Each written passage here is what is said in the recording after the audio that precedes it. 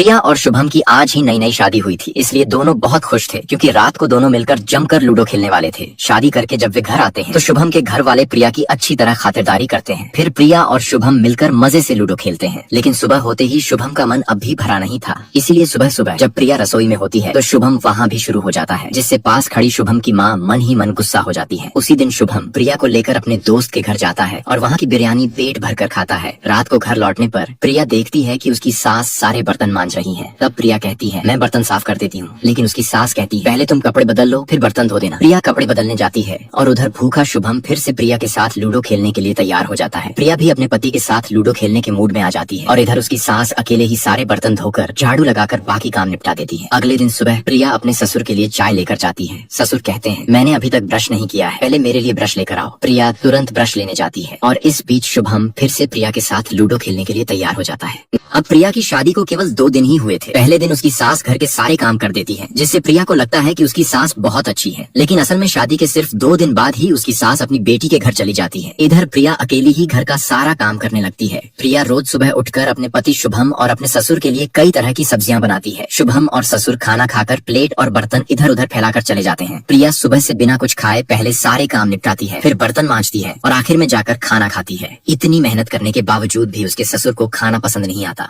इसीलिए वे प्रिया की सास को फोन करके कहते हैं। तब सास प्रिया को और अच्छी तरह से सब्जी बनाने के लिए कहती है। बेचारी प्रिया माफी मांगते हुए कहती है, मैं अगली बार और अच्छा बनाऊंगी। अगले दिन सुबह प्रिया पहले घर की पूरी सफाई करती है और फिर सास की कही हुई बात पर अपने ससुर के लिए स्पेशल नाश्ता बनाती है। तब वह कमीना ससुर बड़े मजे से नाश्ता करता है। उसके बाद प्रिया का पति शुभम उससे कहता है कि मुझे रात को अच्छे से पका हुआ पराठा चाहिए, इसीलिए प्रिया मेहनत से पराठे बनाती है। फिर अकेले ही रात को सारे बर्तन साफ करती। सारे काम खत्म करने के बाद इधर भूखा शुभम प्रिया के साथ लूडो खेलने बैठ जाता है। अगले दिन सुबह होते ही प्रिया फिर से रसोई में आती है और सबसे पहले अपने पति शुभम के लिए अंडे की सब्जी और इडियप्पम बना देती है। फिर वह अपने ससुर के लिए चावल बनाने लगती है। तभी प्रिया देखती है कि पानी की पाइप से लगातार पानी नीचे गिर रहा है। वह मदद के लिए शुभम को बुलाती है, लेकिन स्वार्थी शुभम उसकी मदद के लिए नहीं आता, इसीलिए प्रिया खुद एक बाल्टी लाकर रख देती है ताकि पानी उसी में गिरे। इसके बाद प्रिया रोज की तरह पूरे घर को अच्छे से साफ करती है और फिर शुभम और उसके ससुर के सारे कपड़े धोने के लिए वॉशिंग मशीन में डाल देती है ताकि जल्दी साफ हो जाए। लेकिन तभी उसका कमीनापन दिखाता बूढ़ा ससुर प्रिया से कहता है कि उसके कपड़े मशीन से नहीं हाथ से धोए जाए। बेचारी प्रिया सच में ससुर की बात मानकर सारे कपड़े हाथ से ही धो देती है। शाम को जब शुभम ड्यूटी से लौटता है तो अपना टिफिन भी खुद साफ नहीं करता, क्योंकि घर पर प्रिया है, यह छोटा सा काम भी प्रिया को ही करना पड़ता है। रात होते ही प्रिया रोज की तरह ढेर सारे बर्तन अकेले ही साफ करती है। अब रोज रोज इतना काम करके प्रिया तंग आ जाती है, इसीलिए वह शुभम से कहती है कि वह डांस टीचर बनना चाहती है। लेकिन शुभम और उसका ससुर कहते हैं कि डांस टीचर बनना प्रिया को शोभा नहीं देगा। यह सुनकर प्रिया उदास हो जाती है। तभी शुभम उसे बाहर होटल में खाने के लिए ले जाता है। होटल में खाना खाते समय शुभम चिकन की हड्डियां ठीक से प्लेट में रख देता है। यह देखकर प्रिया कहती है, होटल में तो तुम हड्डियां प्लेट में रखते हो, लेकिन घर पर उन्हें नीचे क्यों फेंक देते हो? इस बात पर शुभम प्रिया से गुस्सा हो जाता है।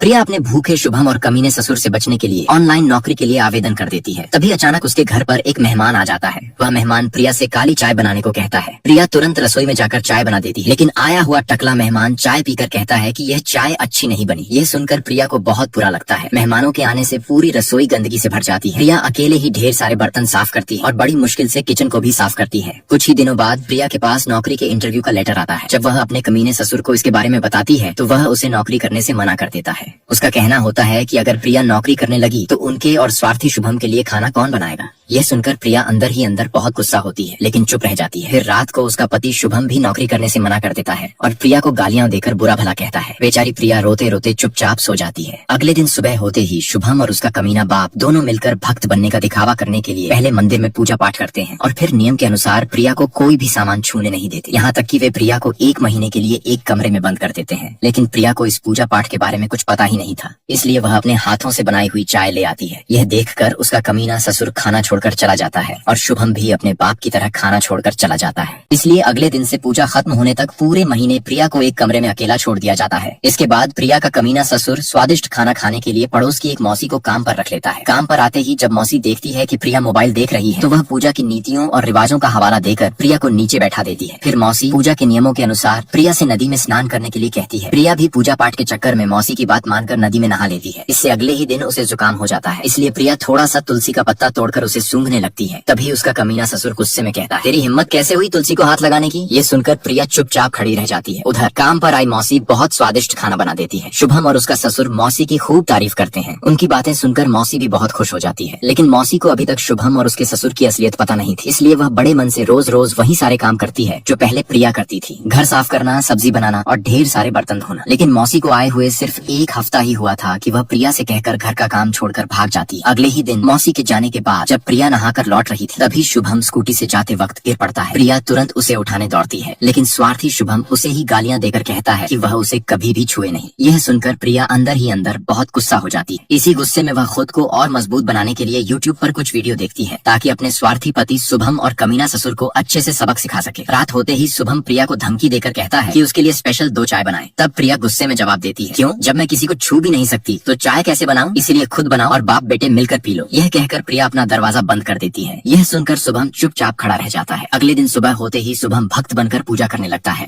और प्रिया से मजेदार कॉफी वाली चाय बनाने को कहता है। लेकिन प्रिया आज बहुत गुस्से में होती है, इसीलिए वह जानबूझकर पिछले वाले कमरे का दरवाजा बंद कर लेती है और बिना चाय बनाए चुपचाप बैठ जाती है। कुछ देर बाद शुभम प्रिया के पास आकर जल्दी चाय बनाने को कहता है। प्रिया गुस्से में कुछ नहीं बोलती। जैसे ही शुभम वहाँ से चला जाता है, प्रिया गुस्से में आकर बाल्टी में भरे हुए कचरे के पानी को 2 कप में डालती है और उन कपों को टेबल पर रख देती है। जब बाप बेटे चाय समझकर वह गंदा पानी पी लेते हैं तो दोनों गुस्से में प्रिया को मारने के लिए दौड़ते हैं। लेकिन प्रिया बड़ी होशियारी से वही गंदा पानी उन दोनों पर फेंक देती है और तुरंत बाहर जाकर दरवाजा बाहर से बंद कर देती है। इसके बाद प्रिया हिम्मत दिखाते हुए अकेली सड़क पर पैदल चलकर अपनी बहन के घर जाती है। लेकिन उसकी बहन उल्टा प्रिया को ही दोषी ठहराकर उसे घर से जाने को कह देती है। आखिरकार प्रिया अपने पैरों पर खड़ी होती है और एक डांस टीचर बन जाती है। अब वह पहले से भी ज्यादा खुशहाल जीवन जीने लगती है।